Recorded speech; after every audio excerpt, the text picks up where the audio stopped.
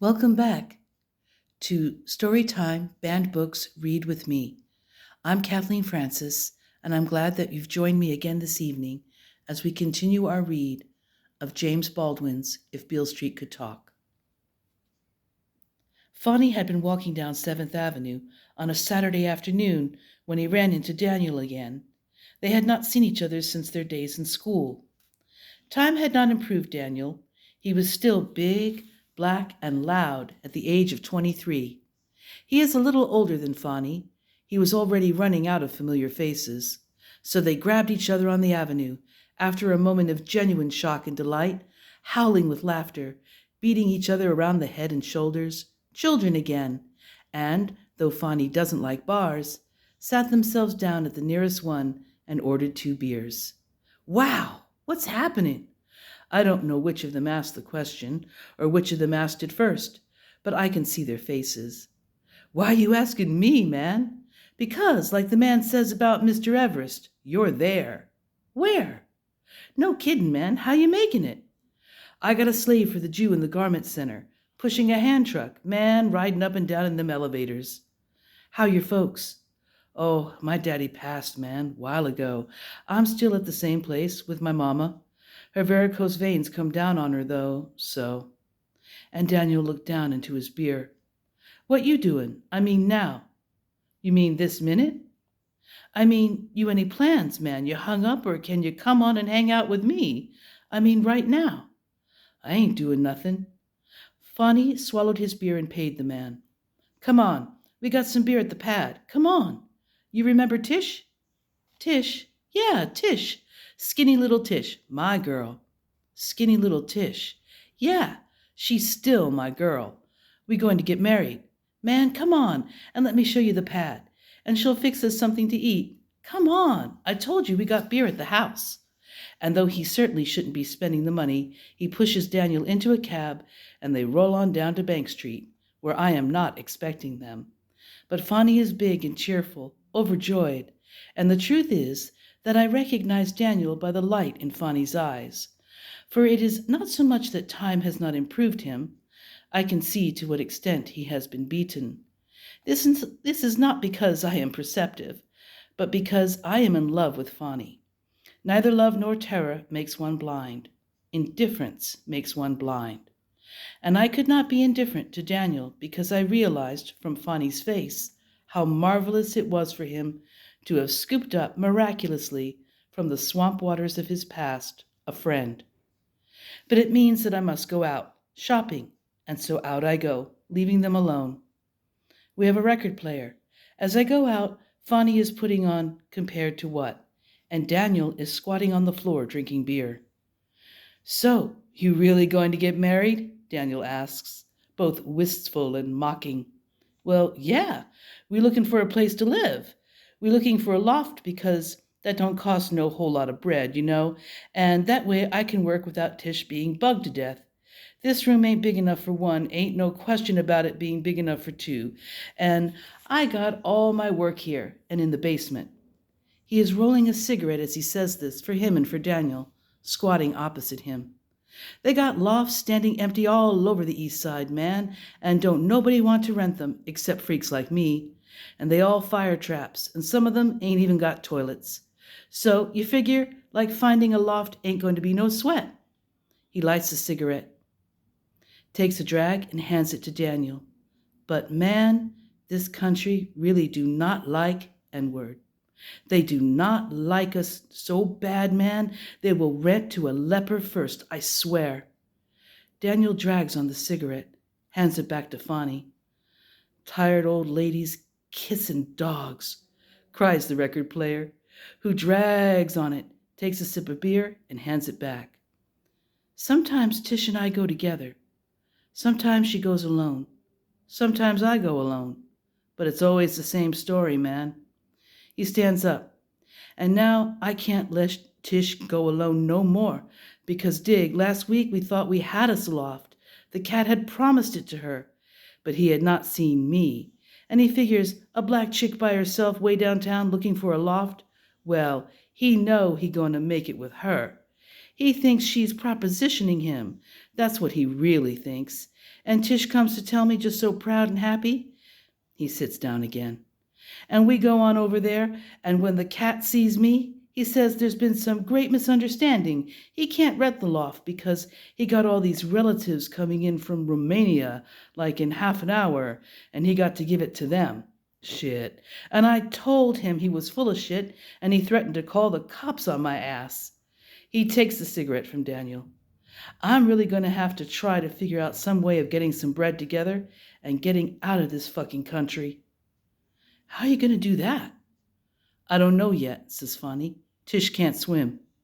He gives the cigarette back to Daniel, and they whoop and rock with laughter. Maybe you could go first, says Daniel, soberly. The cigarette and the record are finished. No, says Fonny. I don't think I want to do that. Daniel watches him. I'd be too scared. Scared of what? Asks Daniel, though he really knows the answer to this question. Just scared, says Fonny, after a long silence. Scared of what might happen to Tish? Daniel asks. There is another long silence. Fonny is staring out the window. Daniel is staring at Fonny's back. Yes, Fonny says, finally. Then scared of what might happen to both of us, without each other. Like Tish ain't got no sense at all, man. She trusts everybody. She walked down the street swinging that little behind of hers, and she's surprised, man, when some cat tries to jump her. She don't see what I see. And silence falls again, Daniel watching him. And Fonny says, I know I might seem to be a weird kind of cat, but I got two things in my life, man. I got my wood and stone, and I got Tish. If I lose them, I'm lost. I know that, you know? And now he turns to face Daniel. Whatever's in me, I didn't put there, and I can't take it out. Daniel moves to the pallet, leans against the wall. I don't know if you're so weird. I know you lucky. I ain't got nothing like that. Can I have another beer, man? Sure, Fonny says, and goes to open 2 more cans. He hands one to Daniel, and Daniel takes a long swallow before he says, I just come out of the slammer, baby. 2 years. Fonny says nothing, just turns and looks. Daniel says nothing, swallows a little more beer. They still say, stole a car. Man, I can't even drive a car. And I tried to make my lawyer, but he was really their lawyer, dig. He worked for the city, prove that, but he didn't. And anyway, I wasn't in no car when they picked me up. But I had a little grass on me. I was on my stoop, and so they come and pick me up. Like that, you know. It was about midnight, and they locked me up, and then the next morning they put me in the lineup, and somebody said it was me stole the car. That car I ain't seen yet, and so, you know, since I had that weed on me, they had me anyhow. So they said if I would plead guilty, they'd give me a lighter sentence. If I didn't plead guilty, they'd throw me the book. Well, he sips his beer again. I was alone, baby, wasn't nobody, and so I entered the guilty plea. 2 years! He leans forward, staring at Fonny. But then it sounded a whole lot better than the marijuana charge. He leans back and laughs and sips his beer and looks up at Fonny. It wasn't. I let them fuck me over because I was scared and dumb, and I'm sorry now. He is silent. Then, 2 years! By the balls, says Fonny. Yes, says Daniel, after the loudest and longest silence either of them have ever known. When I come back in, they are both sitting there, a little high, and I say nothing, and I move about in the tiny space of the kitchenette as quietly as I can. Fonny comes in for a moment and rubs up against me from behind and hugs me and kisses the nape of my neck.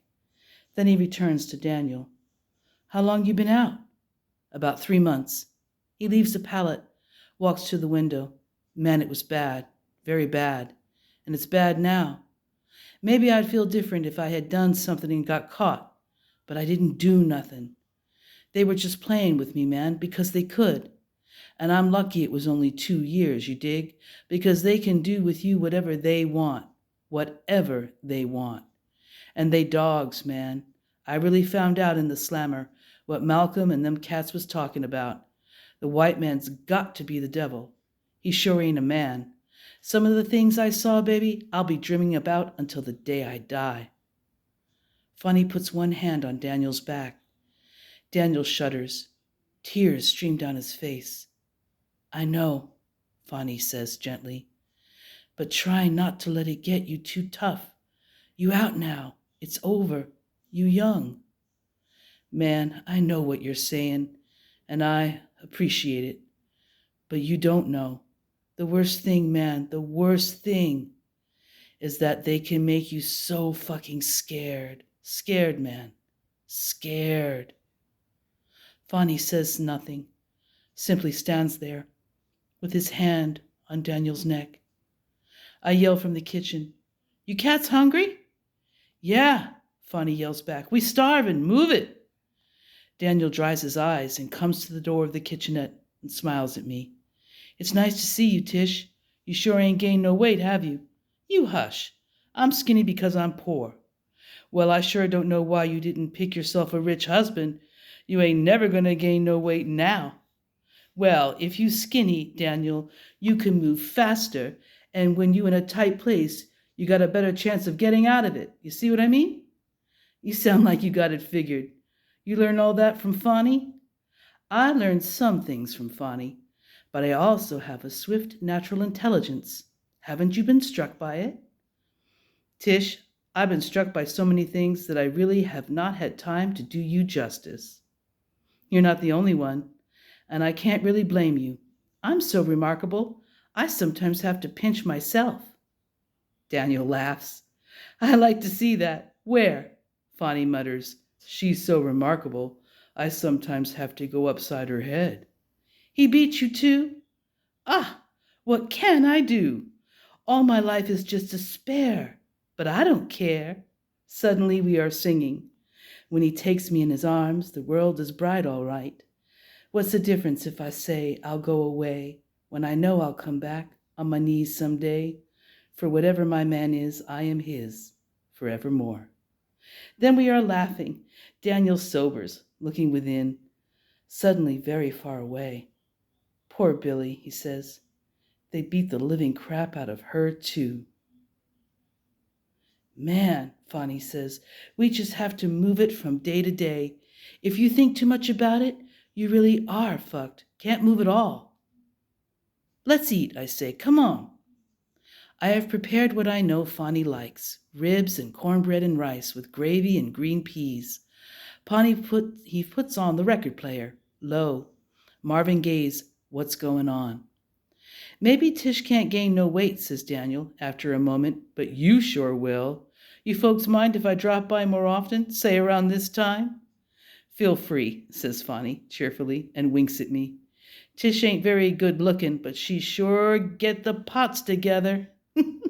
I'm happy to know I have some human use, I tell him, and he winks at me again and starts chewing on a rib. Fonny chews on the rib and watches me, and in complete silence, without moving a muscle, we are laughing with each other. We are laughing for many reasons. We are together somewhere where no one can reach us, touch us. We are joined.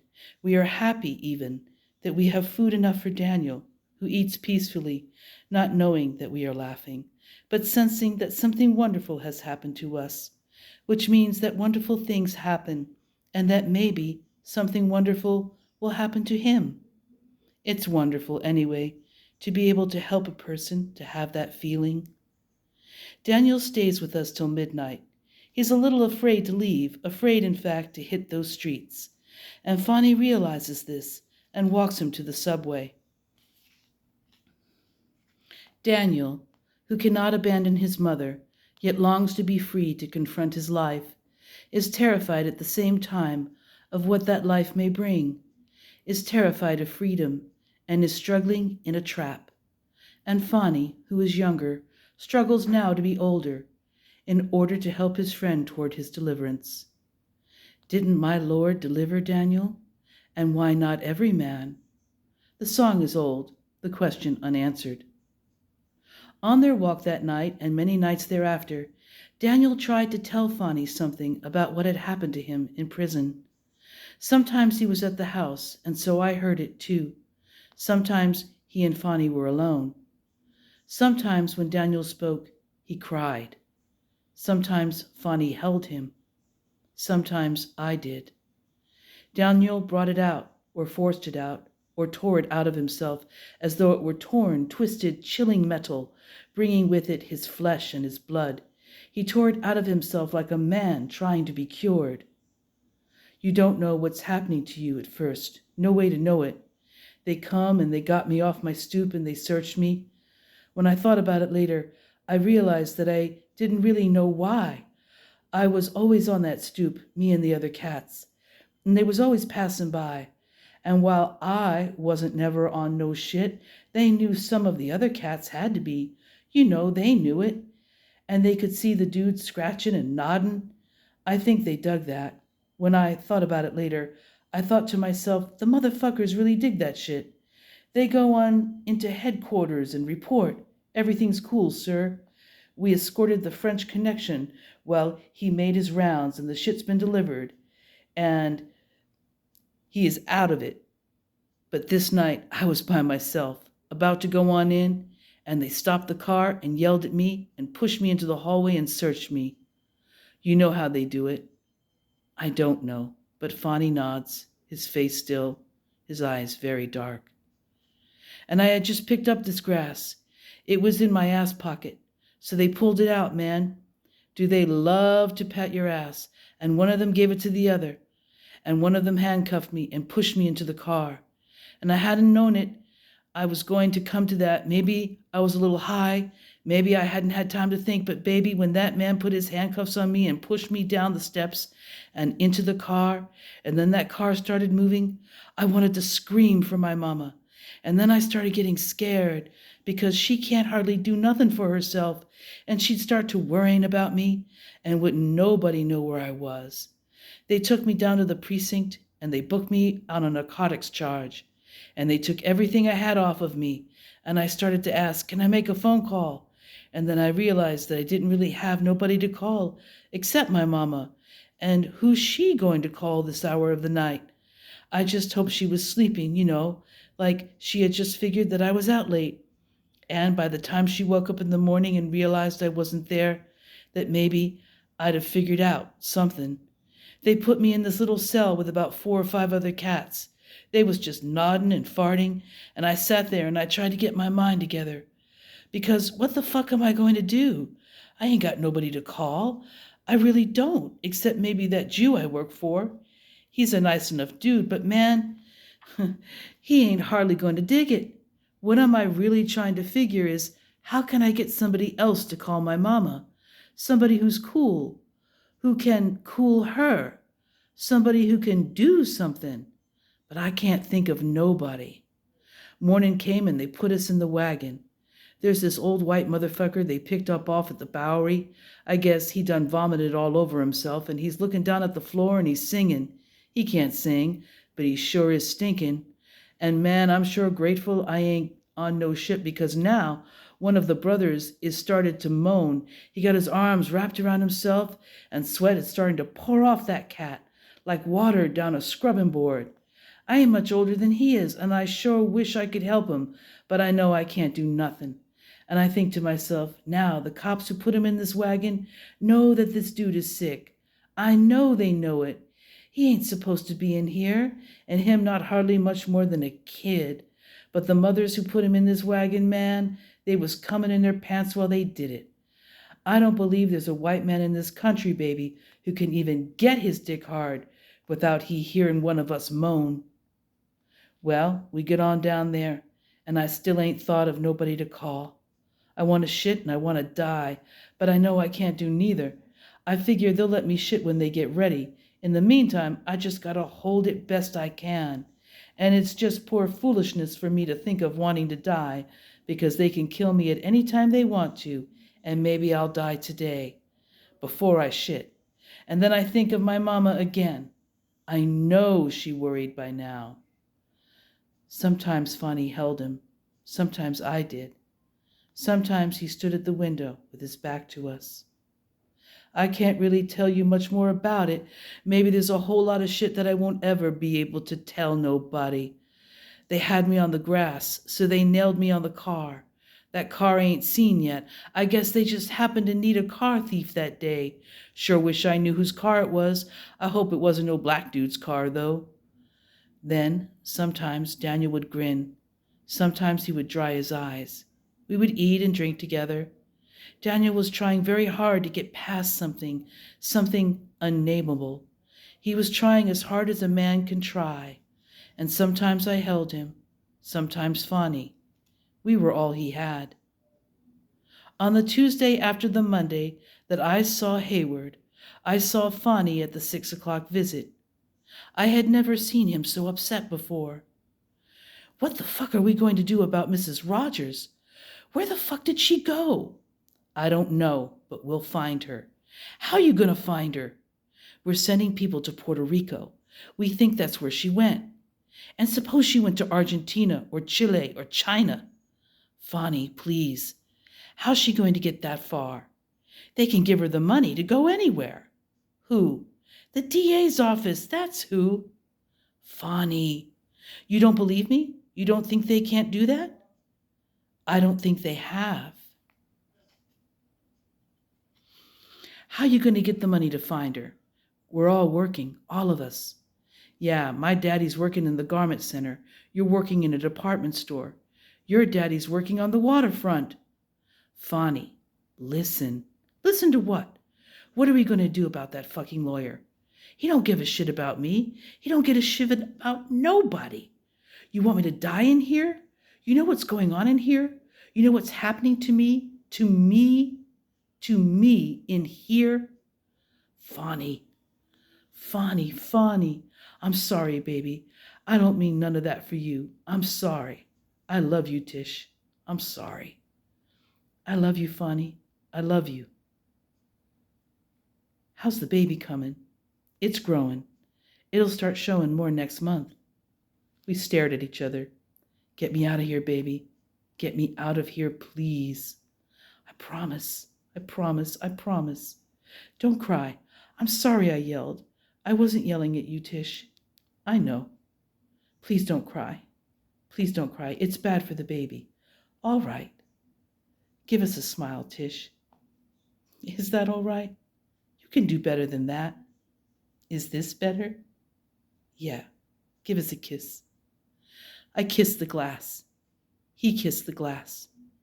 You still love me? I'll always love you, Fonny. I love you. I miss you. I miss everything about you. I miss everything we had together, everything we did together, walking and talking and making love. Oh, baby, get me out of here. I will. Hold on. I promise. Later.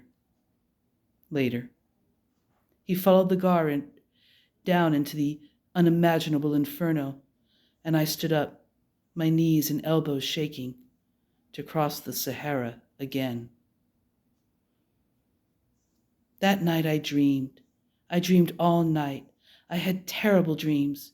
In one of these dreams, Fonny was driving a truck, a great big truck, very fast, too fast, down the highway, and he was looking for me, but he didn't see me. I was behind the truck, calling on his name, but the roar of the motor drowned my voice. There were 2 turnings off this highway, and they both looked exactly alike. The highway was on a cliff above the sea. One of the turnings led to the driveway of our house. The other led to the cliff's edge and a drop straight down to the sea. He was driving too fast.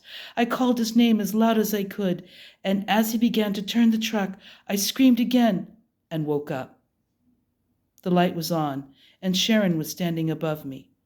I cannot describe her face. She had brought in a cold, wet towel, and she wiped my brow and my neck. She leaned down and kissed me. Then she straightened and looked into my eyes. I know I can't help you very much right now. God knows what I wouldn't give if I could. But I know about suffering, if that helps. I know that it ends. I ain't going to tell you no lies. Like it always ends for the better. Sometimes it ends for the worst. You can suffer so bad that you can be driven off to a place where you can't ever suffer again, and that's worse. She took both my hands and held them tightly between her own. Try to remember that, and the only way anything ever gets done is when you make up your mind to do it. I know a lot of our loved ones, a lot of our men, have died in prison, but not all of them. You remember that. And you ain't really alone in that bed, Tish. You got that child beneath your heart, and we're all counting on you. Fonny's counting on you to bring that child here safe and well. You're the only one who could do it, but you're strong. Lean on your strength. I said, yes. Yes, Mama. I knew I didn't have any strength, but I was going to find some somewhere. Are you all right now? Can you sleep? Yes. I don't want to sound foolish, but just remember, love brought you here. If you trusted love this far, don't panic now. And again, she kissed me and turned out the light and left me.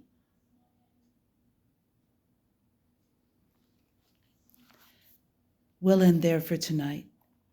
Thank you for joining me.